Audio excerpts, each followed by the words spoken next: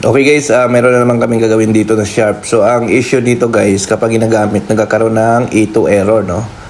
So kapag A2 error guys yung sharp, ito ay common problem talaga ng sharp, no? So madali lang gagawin guys yung A2 error ng sharp, no? So meron na tayong nailabas nito last time, no? So hindi lang natin napakita kung paano natin siya ginawa, no?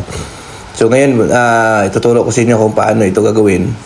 So ayan, titesting muna natin guys, no?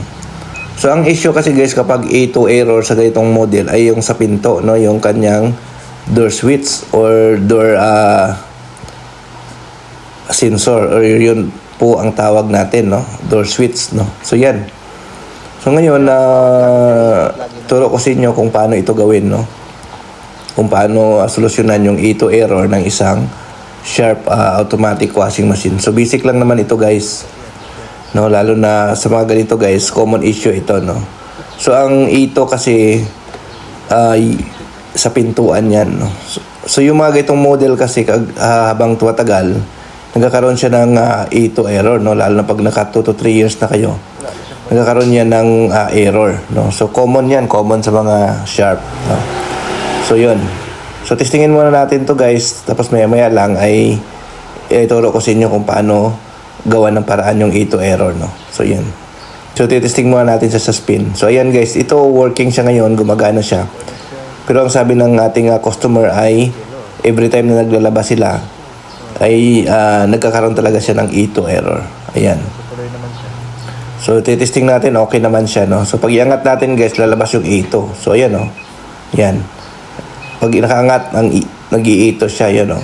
So ibig sabihin nasa pinto, no, yung problema, no, sa switch ng pinto, no. So yun, bubuksan natin yung likod para ituro ko sa inyo guys yung simpleng pag-repair ng A2 error, no.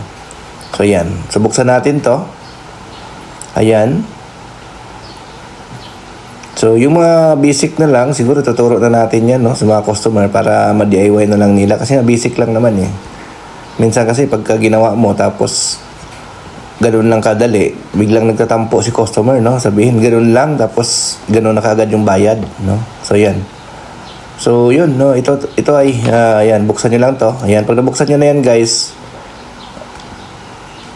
itong portion na to guys, yung sa lid, yung sa pinto. Ayan.